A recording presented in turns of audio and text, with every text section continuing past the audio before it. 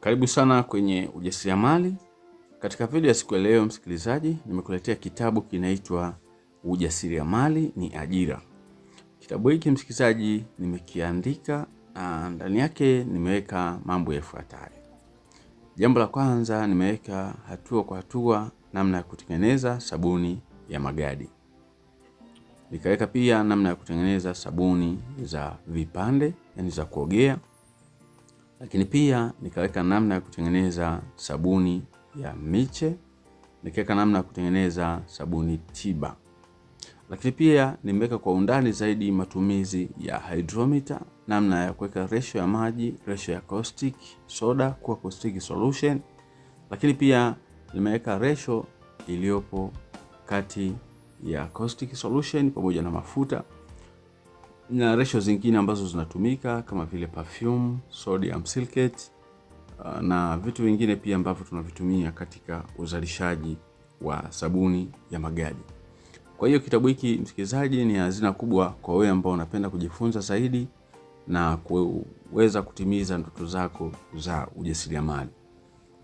Lakini pia unaweza ukafanya jambo moja kubwa zaidi.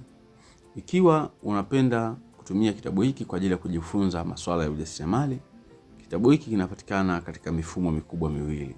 Mfumo wa kwanza unapatikana katika soft copy, vile vile inapatikana katika mfumo wa hard copy ambapo utatumiwa pale ulipo. Kwa nakualika sana kwa wale ambao wanapenda pia madarasa, tuna madarasa online kupitia WhatsApp. Kwa wale ambao wanapenda kujifunza hatua kwa hatua, unaweza ukanitext kupitia WhatsApp 0783500971 na nitakutumia utaratibu wa namna ya kupata kitabu cha soft copy. Lakini pia nitakutumia utaratibu wa namna ya kupata masomo yetu ya WhatsApp. Kwa nikualike, karibu sana. Ujasiriamali ni ajira msikilizaji, unaweza ukaufanya katika ukubwa ukakupunguzia gharama za maisha, lakini pia unaweza ukaamua kufanya ujasiriamali kuwa sehemu yako au sehemu ya biashara.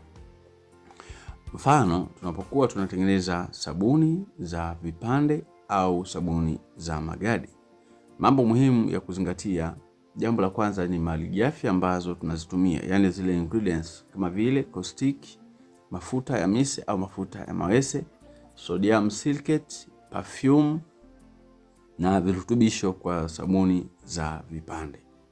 Kwa jambo kubwa la kwanza ni hilo, kutambua malighafi ambazo unazitumia. Lakini la pili kubwa zaidi ni vipimo. Kila kimoja ambacho tunakitumia kina uwiano wa vipimo kulingana na mwenzake. Kwa hakuna makadirio katika vipimo. Lakini pia tunajifunza kwa habari ya ufungashaji. Baada ya kuwa tumemaliza kuandaa bidhaa yetu, tunaiweka pia chapa ya mzalishaji au nembo, muhuri wa mzalishaji pamoja na package. Hatua ya mwisho ni masoko. Kwa karibu sana. Kwa msaada zaidi nimekuandikia namba pale.